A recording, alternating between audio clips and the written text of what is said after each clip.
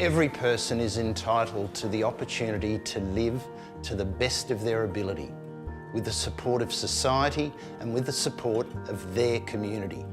It's something that all people deserve and are entitled to. Life Without Barriers today provides support to a number of groups in the community that would be regarded as some of the more vulnerable people in our community. And within that, all of those people have their own individual needs.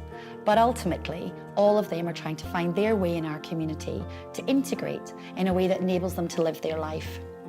Our organisation's purpose is to partner with people and change lives for the better.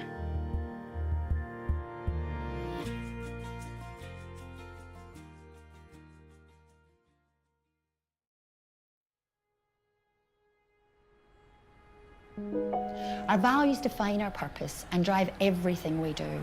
They live in our hearts and minds. They help us be the best we can be and fuel our passion for providing care and support to our clients and customers. Iran was diagnosed with autism from the age of 2.5 years old, and it's been a very challenging journey for us, my husband and I and my daughter. My mum unfortunately she suffered a stroke about 1.5 years ago, and I had absolutely no support. Up until I was 10 years old, I lived with my mum and dad, with my siblings. One day, my dad had a bit of a rough patch that showed in the family. At the time, I didn't really know what was kind of going on. After that, I was took out of school and I was homeless with my family for a long time. And we were living in my mum's van. It was very hard. It was a hard time. Our values are who we are and what we stand for. Living our values ensures we champion opportunity for all. When I was at school, I had trouble with reading and writing. I didn't get along with the certain people around the school, and that was basically like picking on me. He was very, very sick, little boy, had so much wrong with him. He had drug and alcohol fetal syndrome and spent most of his life in hospital. I just wanted to give him everything that I could while he was here. So I'd take him on swings and I'd take him for walks in the rain. And one night, I knew he was getting close to the end of his life, and my husband and I chose not to put him to bed that night. We just sat with him.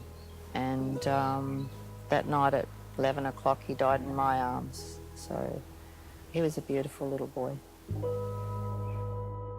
We're an organisation made up of stories of people that we've supported and have supported us, contributing to who we are today.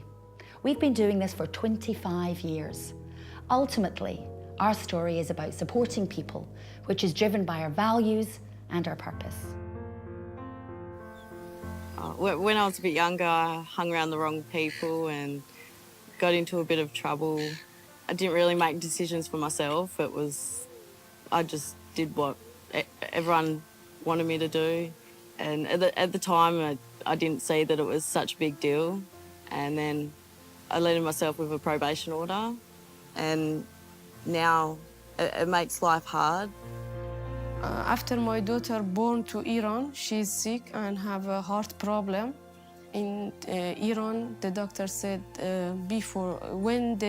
she go to 2 years, she's passed away because Iran can't an operation for her. I'm 6 days in the boat and I have to come to Australia. It doesn't matter who you are and what is preventing you from achieving what you want to achieve. We all have barriers, some many more than others. And I'm sure that all of us can think of, if only such and such could change, wouldn't life be more rewarding? Or I'd be able to achieve more. Yeah, I found the original DA, but also, look, there's plenty of photos of how it used to be. It was overgrown with rubbish and nothing there at all, and the building was shocking. And so we got it for $1 a year, I think, in those days. Isn't that right? Yeah. Yeah. Yep. We were offered we could buy it. Is there another? There's a couple. Glenn Turner said we could buy it. We said, no, we don't want to buy it. We just want $1 a week, we'll rent it. Yep, there's another cut there. So that was when all the work was going on. Brings back memories, doesn't it? Yeah.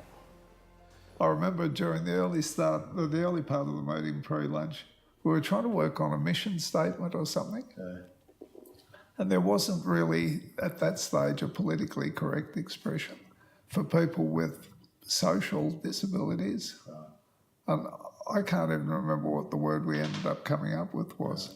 But we must have spent half an hour tormenting over, physical disabilities are reasonably easy to accommodate, but God, that one was a really tricky one at the time.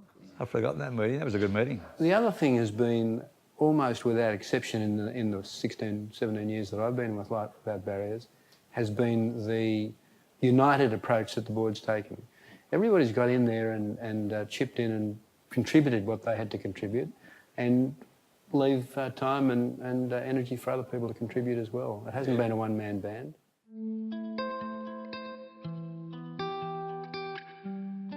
Do you remember the stages of the garden? Things like that? Yes, I do. Yeah. I was so thrilled when I found it again. Oh, yes. Look, there's pictures of him everywhere. Who's this young guy? Yeah. Yeah, gosh. It's a unique story because we didn't start in a big sandstone building or a commercial building in the city. Our founders didn't have a big strategic plan about what they wanted to be, a national organisation. They really just wanted to provide something very different and unique. Because it was really started genuinely by the community and friends and family of our chairman who saw a need in the Newcastle community for people with a disability. And so they used a room at the Delaney Hotel in Newcastle and started to have meetings there. And then really through volunteerism and generosity of the Newcastle community, they built it up where they were given the Parry Street premises. And it enabled the organisation to really get on its feet and to welcome people with a disability into the centre and to the gardens as well, which was something that was really quite new to Newcastle at the time.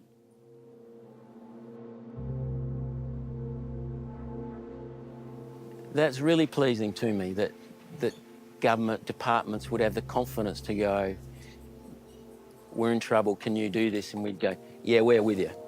They knew us as the kind of can-do organisation that would do what we could to assist them.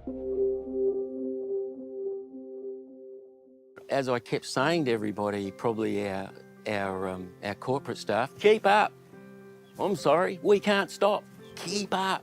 Work harder, do whatever you have to do. And they were fabulous. They'd go, okay, we're there. Because it was time to consolidate, and I felt very comfortable when I talked to the board about leaving and said, I really think this is time for me to go and for Claire to come and step in and take over. The more I got to know Claire and as I could see her developing as a leader, because by the time it was the right time for Ray to leave and getting a new chief executive, the actual decision was easy because Claire was clearly the person that we needed for the next phase of where Life Without Barriers was going. Ray Dunn, our previous chief executive, had done a phenomenal job of growing the organisation and inspiring us and taking it out of Newcastle into a much broader arena. And then the vision really was to step into the space of being large, not-for-profit in the Australian landscape and to own that space as an organisation. So at that time, we were in all jurisdictions and we were caring for a large number of people. And we're probably 4 times as large now.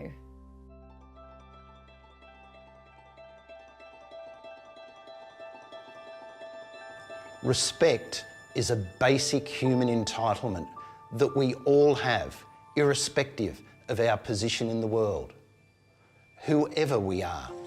Having a reconciliation plan in an organisation so big, such as Life Without Barriers, is very important because it holds people accountable. Having someone accountable in their workspace around reconciliation enables them to see what they need to do day to day to help Aboriginal and Torres Strait Islander people. In each state it was different, so based on the community and the community's needs, we were asking those communities to tell us what they wanted. We are committed to reconciliation, and our commitment is embedded deep within our organisation. We recognise and respect the important connection with culture and community for Aboriginal and Torres Strait Islander people. We looked at strategies of engaging the Aboriginal community, how best we can work and engage through programs, creating partnerships and looking at better ways and better outcomes to work with our community and our young people.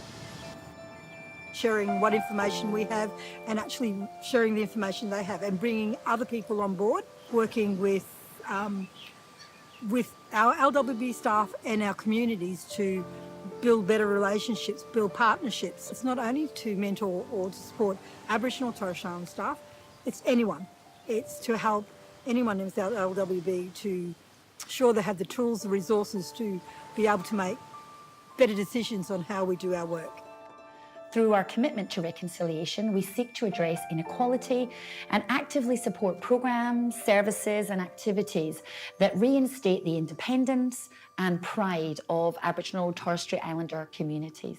The greatest impact I think that the Reconciliation Action Plan and the commitment from the organisation had on our clients was the further development of what is known as our Cultural Connections program. People's identity and culture was valued, it was put first, it was used to actually decide what type of services we would provide to them. Yeah, we're working very closely together now. I'm presenting cultural awareness now for Life Without Barriers, which is good at making the staff stay aware of our culture. And it's good that, you can share all that with each other, Allowing the flexibility to build rapport with our communities and walk in there and introducing yourself as this is who I am and this is who I work for in Life Without Barriers, and this is what we do for our team is advocate for our kids in care. Richard and Tracy, they're setting the example, for other carers. Some of the outcomes that I've witnessed is their self-esteem, confidence. Learning some of it will take them forward in life, and that's what we want. These are our future generations, so we should care. I do think that our team work a little bit different than mainstream caseworkers. One thing that I feel that our team does very well is making sure that our kids are connected and that they have an understanding of why they're in care and ways to move forward. We believe that reconciliation is everyone's business and actively promote a culture of diversity and respect across our organisation.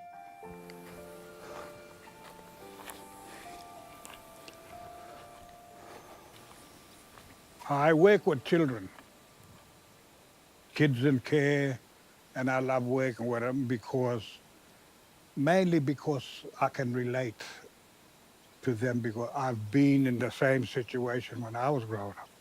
Yeah, well, this program I'm running with Life Without Barriers is called Gitaba, which means strong brothers. Once you come to this gate, I tell them, you're part of me, your family. As Uncle will say, when these kids come on this land, it's a part of them and a part of that ownership and getting that guidance from Uncle as well. I get a lot of kids come through here over the last 10 years, and about 90% of them are troubled kids and I need kids. Some of the successes we've seen of programs like this, we've seen young people transitioning from care with stable jobs, education. I've got a couple of our youth workers that work in our region who are young people who have had gone through the transition from care team. They've actually successfully transitioned out, gone to TAFE or university and got their own degrees and qualifications, and are now youth working for us or doing case management roles in the organisation. And it's connecting back and as Uncle's saying, been doing that for hundreds of years. And when we come out here, no television, no electronics, telling stories about the land and that cool air around that fire. Very, very important. We always praise them up, they accomplish something, and doing something for themselves, and they want a bit of that praise, and they're quite proud of it. They're adapt and just free, they just let it all hang out.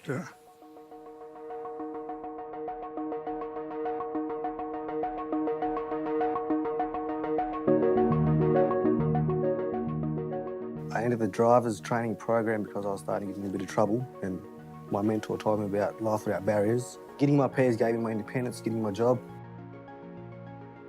We help them with their literacy, they get their theory tests passed, then they have to get an ID. They get a logbook, which they fill out and do 25-hour supervised driving. At the end of that stage, they can actually sit for a practical driving assessment. This is the exciting part now. We're going to present you some Ps. Congratulations, that's really excellent. So the great thing about the program is that it enables young local people to gain employment if they want to join the mining industry. And I've also been told that a young man called David Yaron has also received an employment opportunity through us through that program. Yeah, that's changed my life. And now I just look at the future. I just want to get myself a house, a nice car, pretty much all the things that I want.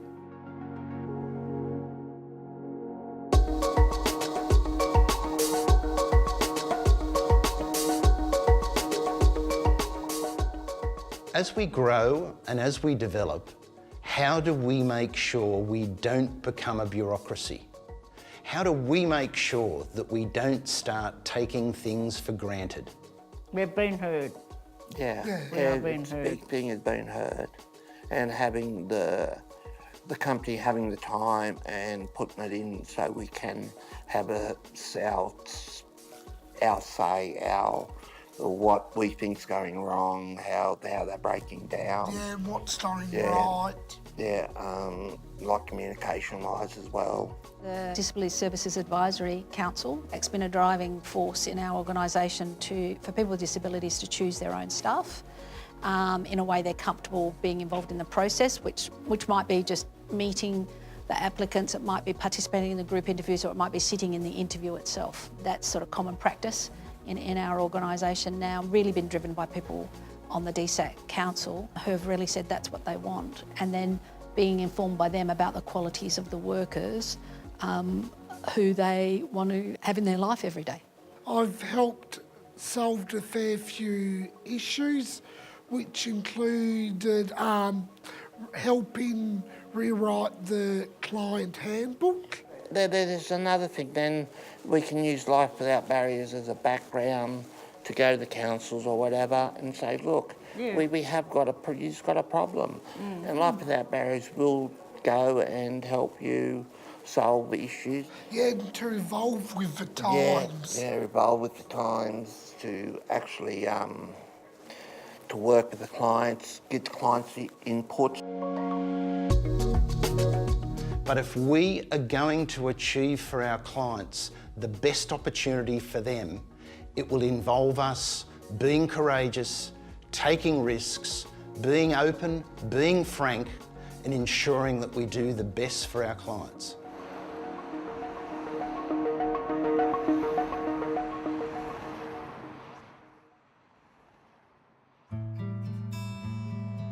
Engaging people with lived experience is a real strength for our organisation and an opportunity for us to learn and grow through living our values, inclusion and connecting people. I'm a community peer worker. That means that I have a lived experience of mental illness, that I am someone who has recovered. I have a journey of recovery, so much that we just need to manage the illness.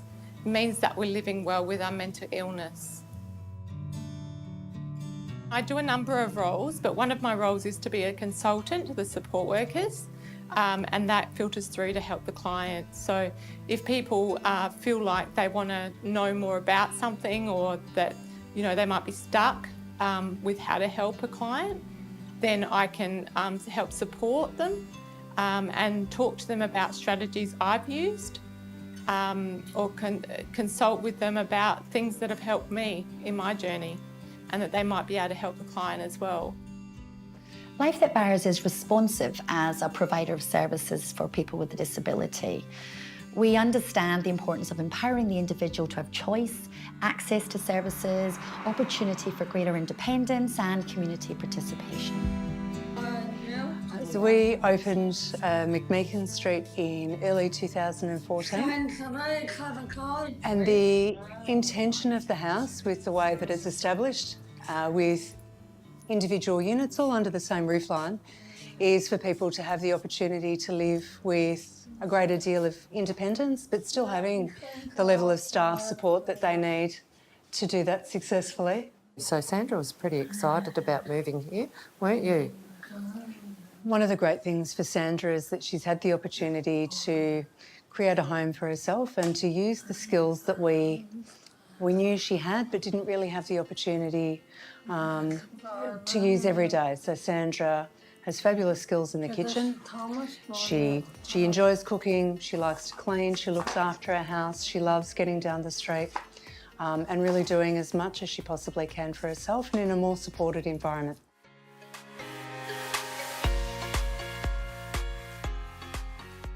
We have Johnny and the boys, Johnny and Macca and Sandra come down to the cafe each day for a coffee, and sometimes they have a meal. I think that we also did a lot of work with our neighbours, introducing ourselves at the very commencement of the build and giving the people who are going to be living here the opportunity to come down and spend time in the community. It is an important part of Life Without Barriers DNA to try and be part of the local community we are working with. The more we can have broader community involved in supporting people with disabilities or people who need support and care, again, the better the chance we've got of being able to create a life that will lead to people achieving what they're capable of. As an organisation, we can only do so much. Being part of this has made me feel incredibly proud. I'm really proud of the staff team, of the work that they've put in to support the people who live here. It really has been lovely that people feel so welcome.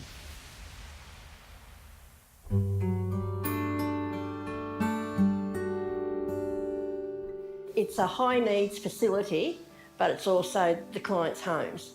We've tried to make it a warm, friendly place, a calming place.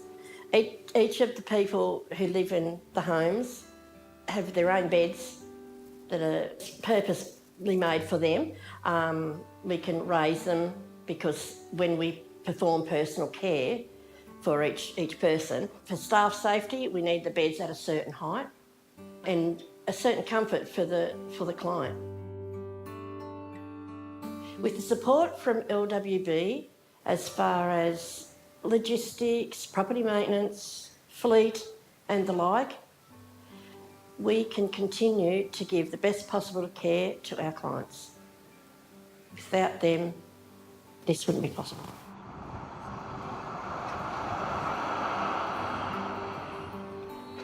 The well-being of children is our greatest concern. Ensuring children are well cared for, supported and protected is an absolute non-negotiable priority. You can go and play, darling. Go and play. Let me sign you in. Everyone wants a hug. Rang Paula and she asked me to come immediately if I could. Came here, had a look at the centre, fell in love with it.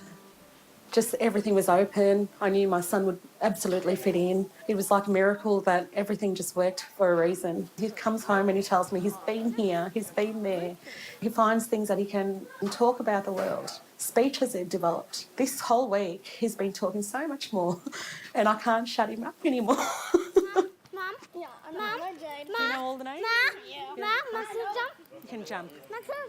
Max will jump. We take an evidence-informed, proactive and positive approach to enable our staff and carers to prioritise the well-being of children at all times. The vision of the School Holiday and Respite program is to enable families who have a child with a disability, or sometimes multiple children with disabilities, to basically have respite. But instead of it just being a respite centre, we like to really focus on life skills for the children and assist the parents to parent, I guess, in a way, which, you know, hopefully that makes it easier at home for the family when the children, or the family units together.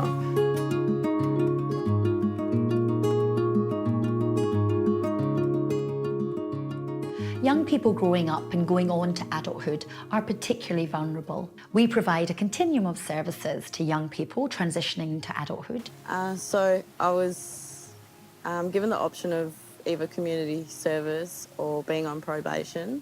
When I went to see my probation officer, they gave me the option to be in a group called Back on Track that's run by Life Without Barriers.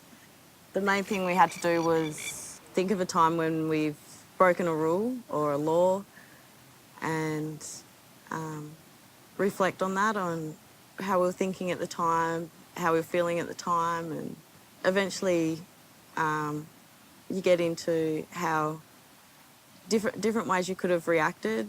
What we're doing in this program, we are teaching the participants the skills where they actually can change their thinking. Back on Track helped me get into a construction course. They knew I was interested in construction and cars and stuff like that. They went out of their way to get me into the course. They also helped with employment, letting me know like different opportunities and stuff. So I set a few goals, mainly on the way I lived my life. And with Back on Track they helped me make little goals to get to those big goals. And I've achieved pretty much all of them goals now. And I'm a lot happier.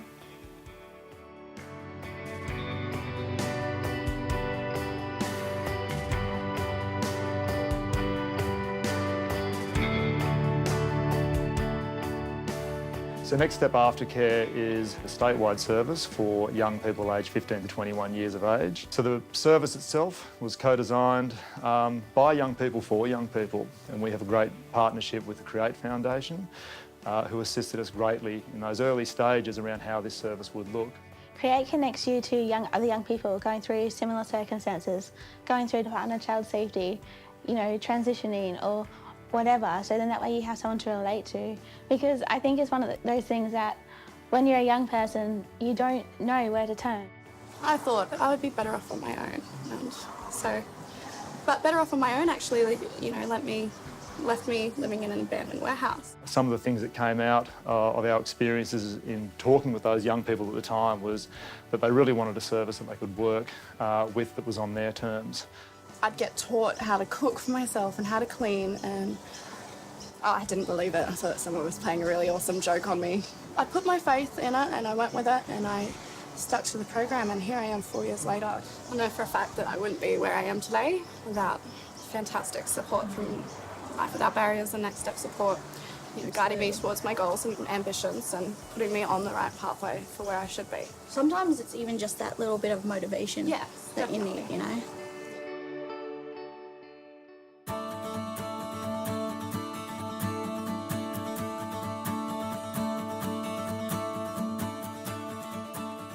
Seeing the work Nagati does with just their support network and what they're able to provide is very, I'd say, influential to a lot of young people. And it's a safe space for young people. So when they come here, it's not just about working on the mental health. We work on physical health, daily living skills, budgeting, cooking, all the basic independent life skills that most of the young people that come into Innovate have never had or never been taught.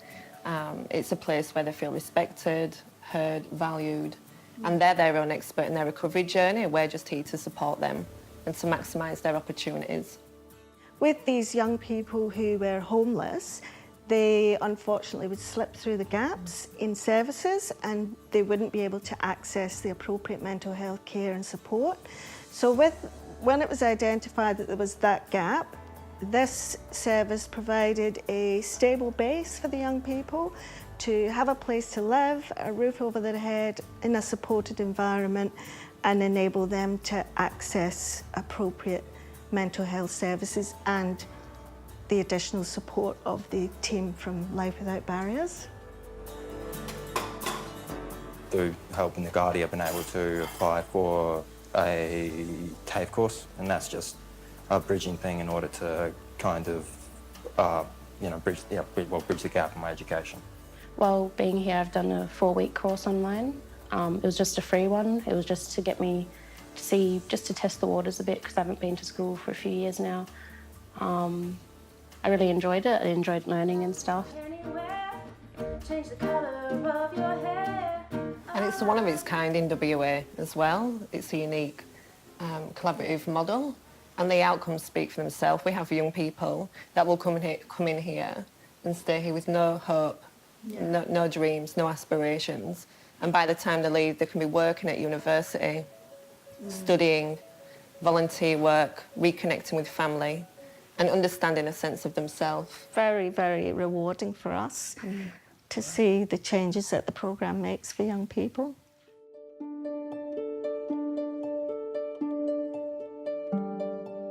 When people sometimes comment in awe of what Life Without Barriers has achieved, it's because we're meeting a need. It's because we work hard at identifying what will help improve people's lives and then commit ourselves towards achieving it. And when you do that, more people come and ask, and more people want to be involved with the organisation. More quality people want to be part of the organisation because that's part of its DNA. The initiative that LWB has taken to invest in the educational consultant program that we run, I think is, shows great leadership and great care of young people. Relationships is our first value, because we know that regardless of model or way of working with people, that if you don't have a relationship there, it's almost a flawed intervention. So Youth Plus is connected with Edmund Rice Education Australia. I've been involved in working with young people for really complex reasons have fallen out of mainstream education across the nation. And that, in a sense, the quality of the relationship that you develop with people in itself can be a stronger determinant of life outcome for people. We work with teachers and other school support staff and principals and leadership teams in schools to help them understand about the background that young people who are in care come from. Most or all of the young people who we work with have experienced some childhood trauma, and that really impacts on their ability to engage in school, to build relationships, to learn. It's only at that point that they can engage in learning, and that's driven really by relationship building. It is, yeah. And trust between the two parties, the young person and the teacher, and developing that trauma-informed practice. Sitting behind all of that, I think, is the care and the compassion that the Life Without Barriers team comes together, and we're part of that team. I think what we've found in this partnership has been we've probably had a pretty simple kind of philosophy would be to keep young people at the centre of our thinking.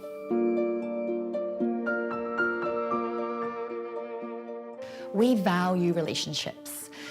Yes, we have resources and capability to provide care and support to people, and all of those people in those relationships have even more resources and capability than we have alone. As a result of our commitment to providing services to people with a mental illness in the community, we joined the Partners in Recovery Consortium as a consortium member. We will do a really holistic kind of assessment of what's going on in their lives, and that'll cover issues from housing to employment, to mental health, to medication, to physical health issues and whatever else is going on. I think it's incredible to me how coming together as a team twice a month, or was monthly, or different meetings, and developing those working relationships, and it just opens doors and connects, links, pathways for people, and of course that has a direct flow-on effect to individuals accessing services. I think that's quite unique and has been a great feature and actually shows the strength of this type of partnership. Yeah. So as far as the recovery college... We really believe that we need to bring that support from the community and from the corporate world, business and government, all to bear for the benefit of the people that we support.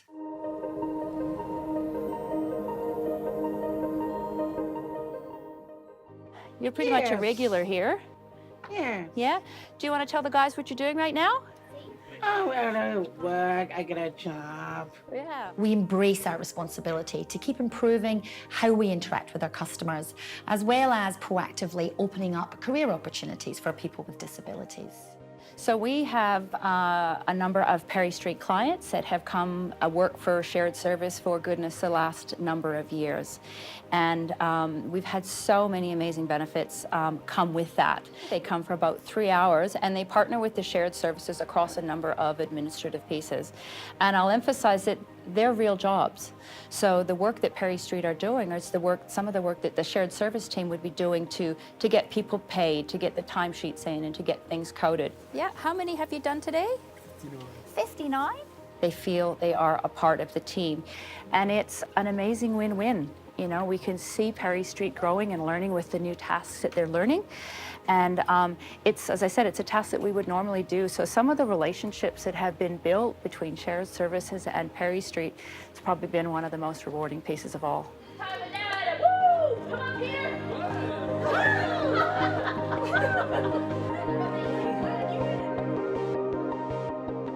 We can so quickly jump to conclusions when people are different to ourselves. We jump to opinions that are simply based on our own experiences, that don't reflect in any way what has happened in people's lives that has resulted in them being in the circumstances that they're in. It's made me have a life after a long time. It's interacting with other people, and this helps that because I do get picked up of a morning and taken home at night. I enjoy the craft that I do. I came here after suddenly losing my husband, and I went into depression, and it's been the best thing.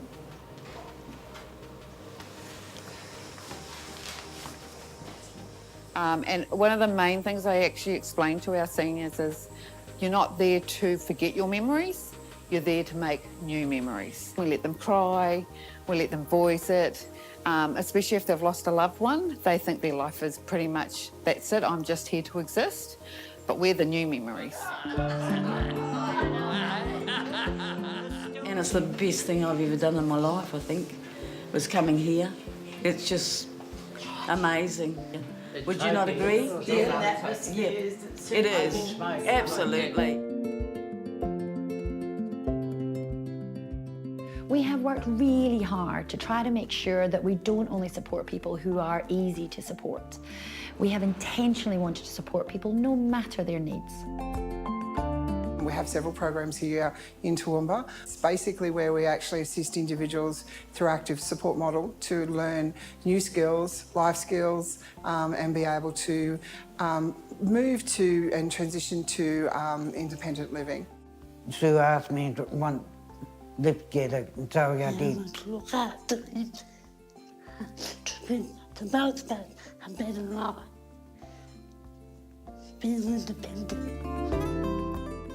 Some really difficult skills, some stuff that they've never done before, and things that they've maybe, you know, never experienced before, and providing opportunities for them to do that. I met Sue at a coffee shop. He's right. He did clip. He did clip, didn't he?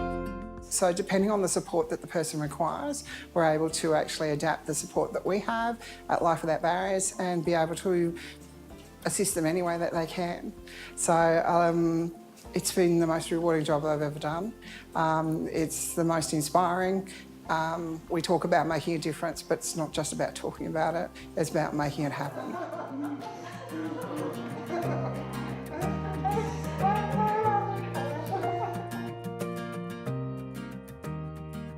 So much of what could be called imaginative is really simple things that make a difference that people have not had the opportunity to experience before. And that's simply the way Life Without Barriers does business. Today we're just finishing off part of our big mural based upon the container rainbows in Freo. And it's just about pretty much asking ourselves what we'd like to be if we could be anything in the world. And first of all, getting each and every painter to paint themselves as that version, and then taking the mural to the actual locations. You're good with a roller, eh? It's team building, confidence, and you're actually achieving something, and that's something to be proud about. Yes, I done that one, and I done that one over there, and the bat I done myself. The clients, as they first come to the centre, saw themselves predominantly as a person with a disability, but now they see themselves as budding artists, which they are in their own right. At our last exhibition, they sold every one of their pieces. We've been making a real focus on now is trying to take the art out of the classroom or out of the centre. One of the other girls was into taking photos, so she came and took a photo of it, and then it was her idea to make this our next big painting. So we've brought all the guys here today to showcase them their piece, finally what it looks like and the actual location, and to have them standing underneath it as to, because they drew their aspirations as to who they'd be in their dream world with no barriers. So today was to unveil that. Are you guys all feeling good? You reckon we did a good job? Yeah. Want to see how it looks now? Yeah. You ready, Angelo? Yep. All right, let's check it out.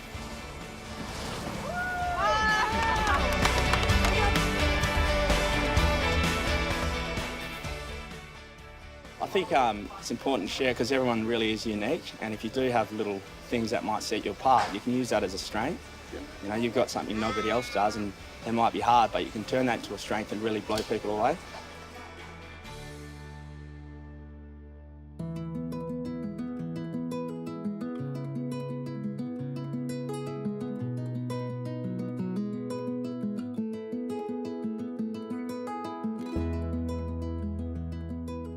So you remember how to do it? Huh? Yeah. A good man. Lovely. Yep. It's a very important part, isn't it? This is the most important part. Kevin's pretty much, he pretty much helped me with me cooking and reading a little bit. And one of the big things was that he wouldn't catch a bus. And we worked for ages on trying to get Corey into catching a bus. And we did it in steps. We'd go for a couple of sections and then get off and then catch another bus and so forth. And in the end, Corey, his confidence just went through the roof, and you know, he started catching the bus, and he's catching buses permanently now. And then the other thing was the cooking. He found it a bit hard at first trying to put things together, but we worked it out. The best thing for him to do would be to do a 4 ingredients recipe. Okay, what setting you got on, mate? Got it on 2 at the moment. Put him up to 3, mate. He's a very confident young man. He has got himself onto the board in the Gauge Book community, and that really surprised me because he said to me he was going to go over there and sit on the meeting, and when he came out he said, I'm a board member. And that was really, really good. He cares about the people in his area. He's like a son, and I wanted him to be a part of the family. I think it's starting to work with him. But, yeah. What do you reckon, Corey? Is it working? Yeah, mate. Yeah, it's working.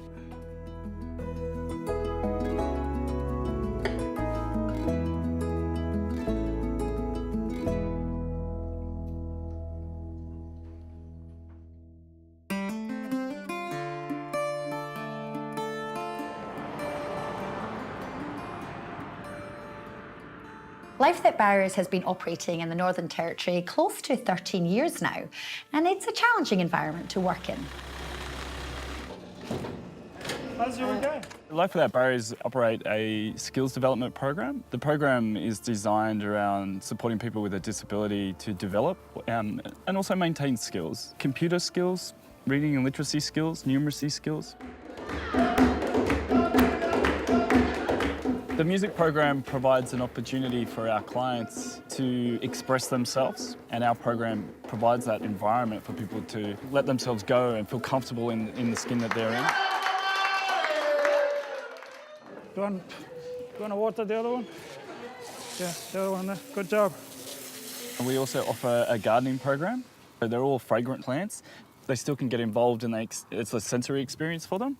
In addition to that, we also have our vegetable patch. And when it comes time, we'll harvest the vegetables. And then from there, the clients take the vegetables and we cook a basic meal. Hello, everybody.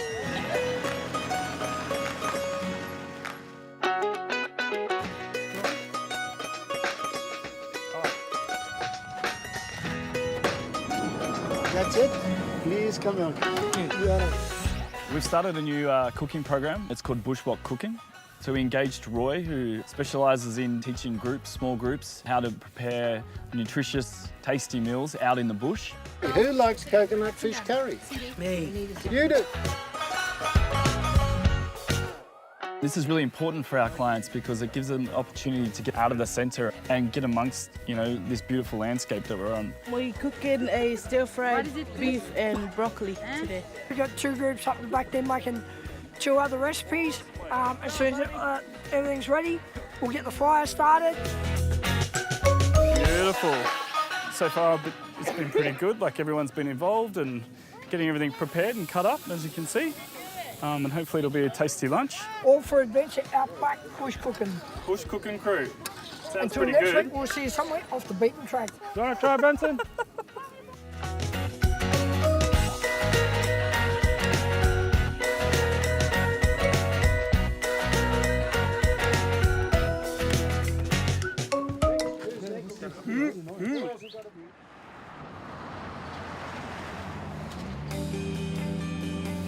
Another service that we also provide here in the Northern Territory is our disability supported accommodation service. There's 4 young men that we currently provide support in that house. We sit down with them and try to find out what their interests are, what their goals are, and then what we can do to get them involved. Mickey, for example, loves to bake, loves cooking and wants to get into some volunteering or working in a kitchen, and he also loves working with animals. So we've got him his chickens and he makes sure that they're fed and watered every day and collects the eggs. Fabian loves music, movies. He's able to communicate using an iPad as well. And Lance as well loves animals and is a super social guy. Loves showing people around his house. There's a large focus around supporting the young man to be independent as possible. We've put in a lot of effort over the last few years to really consolidate our services and ensuring there's consistent approach to working with our young people. The young men, when I first met them, you know, they wouldn't even look you in the eye. If you can compare to where they were a couple of years ago to where they are now, they're excited, they're full of life, you know, it's amazing. One of the larger challenges that we face as an organisation is working in remote communities. You won't make any progress without building relationships, either with people you're working with or partnering with other organisations. Life Without Barriers was fortunate enough to partner with a local Aboriginal organisation, Walcha. So we got together with Life Without Barriers and yeah, we just had a bit of a festival going on there out at Ross River. For our disability clients that attended the program, it was an opportunity to be outside of their normal life, you know, and connection to land as well. It was about people coming together from communities all around Central Australia. The highlight of the festival was the reunion of the families. They were very happy to see each other and they had a good time and just spoke about their country. And so much so that no one wanted to go home.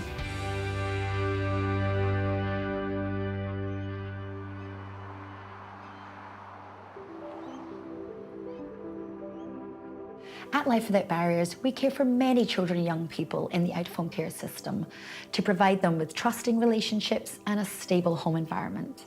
Foster carers take children into their homes and provide them with loving, understanding and safe care. I think being a carer, it brings out the nurturing in a person. I think that what we do as clinicians with our clients and carers is to try and initially make a more secure environment.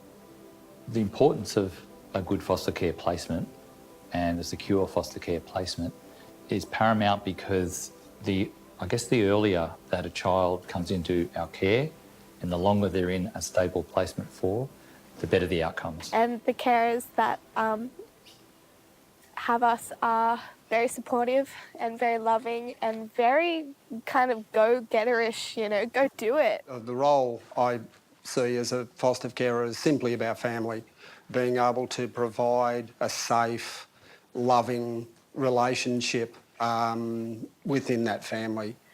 We're at the University of Newcastle because this is my university of study because I am studying to be a science teacher. And the rewards are seeing them flourish. Courage is about values. And courage is about commitment to those values. And at times, this requires you to fight for what's in the best interests of clients, to ensure that the services that we provide, the experiences that we're able to provide, are in the best interests of clients and gives them the best opportunity for their lives. I knew that I just needed a little bit more help and stuff, and now, look, I'm in sports now. And look what you've achieved as well. Look at all these medals. Yeah, here's the gold medal for the National Games. I like it because I get to be more proud of you than I am already.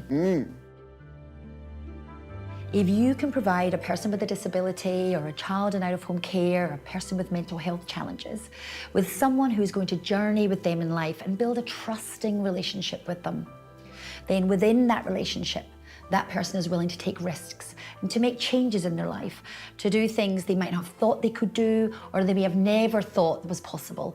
And that's where the magic happens.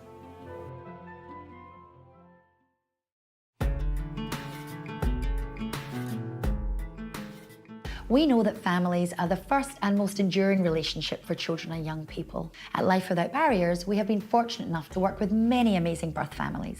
FISH is all about improving relationships between parents and family and kids in care. As a parent, you know, it's a space where I can go and speak to other people that have been through similar stuff and people that have solutions and are willing to help. It's led by parents and has parents who are keen to have their voices heard and keen to make a change. And the parents who are leaders of FISH are people who know what it's like to have a child removed and placed in care. You know, I'm really passionate of speaking to carers and out-of-home care agencies, you know, speaking to parents in hope that there's something a parent can get out of my story. Well, the website, we hope, is a reflection of parents' experiences and includes lots of advice and tips from parents who have successfully navigated the system. We hope that parents are able to get some useful information how to deal with caseworkers in the department as well as caseworkers in agencies, and some useful information for agencies to learn from parents and learn from their experiences so they can improve their practice. So part of my idea of all this is make the parent as stable as possible, which gives a better outlook for the child. Life Without Barriers has really taken a leadership role in Australia around family inclusion in our partnership with FISH. That's really helped gather momentum and hopefully contribute to better outcomes for children nationally as well as here in the Hunter. With working with Life Without Barriers, they're one agency that has made me feel equal. You know, they haven't made me feel less than, you know, and that's a huge thing to say and a huge statement to say coming from a parent with kids removed. At Life Without Barriers, we have grown to service over 300 communities across Australia. We have been courageous and responsive as we've taken on new programs such as our National Immigration Support Service, which is a culturally diverse program that responds to the needs of our refugee and asylum-seeking clients. Mohammed, good afternoon. What are you working on today? If I go back and look at what actually brought me into this space of work is my own background. You know, I came here as a refugee and I had some settlement issues. With the challenges that I had, I thought, what is it that I can do to be able to equip me with skills to work with people that are experiencing similar issues? So I enrolled in a counseling course and then did the student placement, did this type of work, really enjoyed it, and I thought, well, why not, you know, pursue a career in it? And that's where I am now. All we need now is to upload your cover letter, which I can... The support we provide here, National Immigration Support Service, to people that are seeking asylum. On some occasions, we've had, you know, English classes run by us or in partnership with other organizations. Some of the clients say, look, thank you very much for being able to provide this service to me. It means that I've been able to get out of my house, come here, learn, and not only, you know, acquire skills. I was able to connect with other people in a similar circumstance.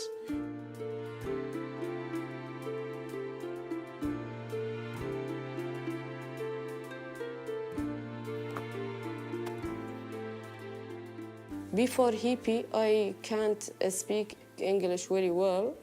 I don't know the shape names. I don't know the more things I don't know, but I'm trying to speak English better and then better. We have in here an apple. Yes. And here a ball.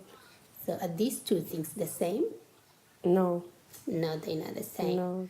HIPPY means a home interaction program for parents and youngsters.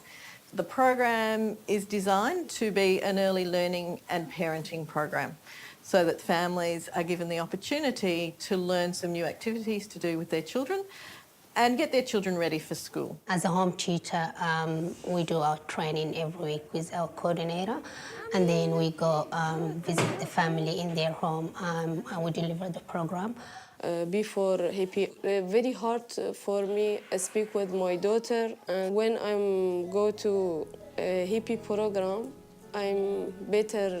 I can speak with her. This is very good for me. I'm very happy I'm come to Australia.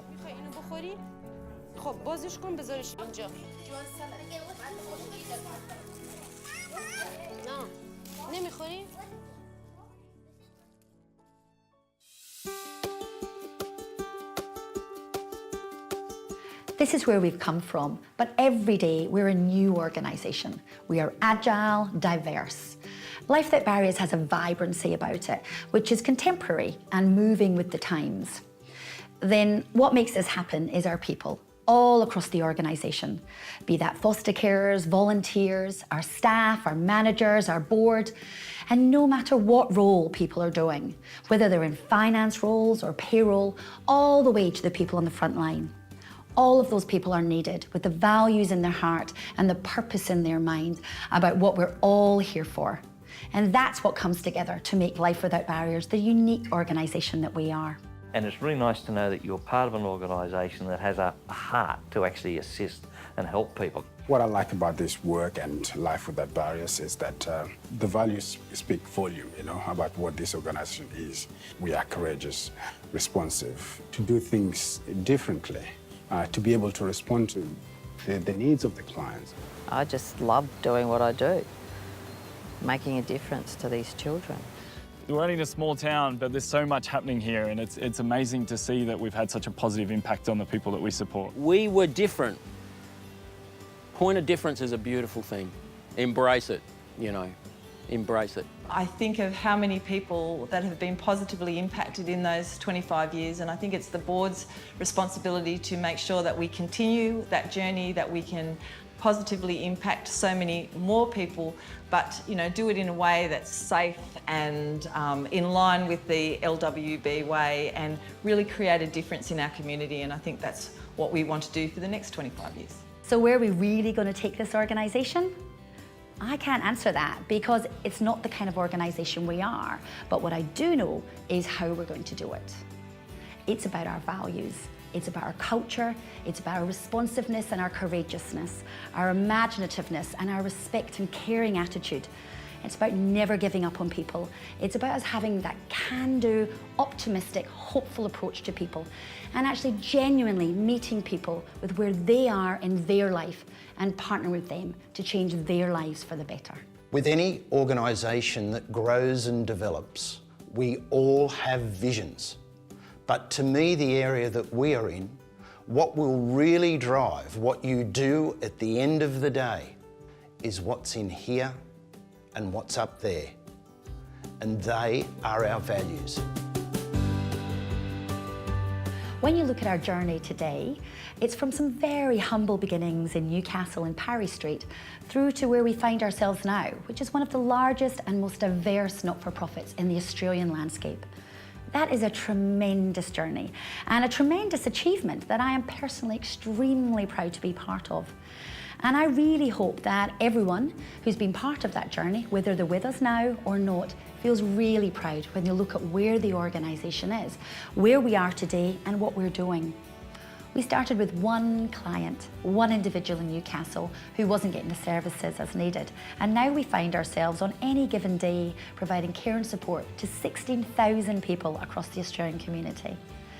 In our minds, even though we recognise that journey, and we are really proud of it, and a lot of it has been hard work, it really is just the beginning for this organisation.